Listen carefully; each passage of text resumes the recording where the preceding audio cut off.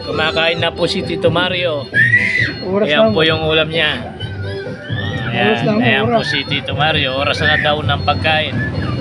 Oras lang. Ayan po yung ulam ni Tito Mario. Ayan, gulay. Ayan, gulay. Anong lasa, Tito Mario?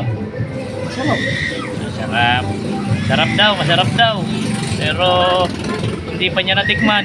Wala naman. Masarap na.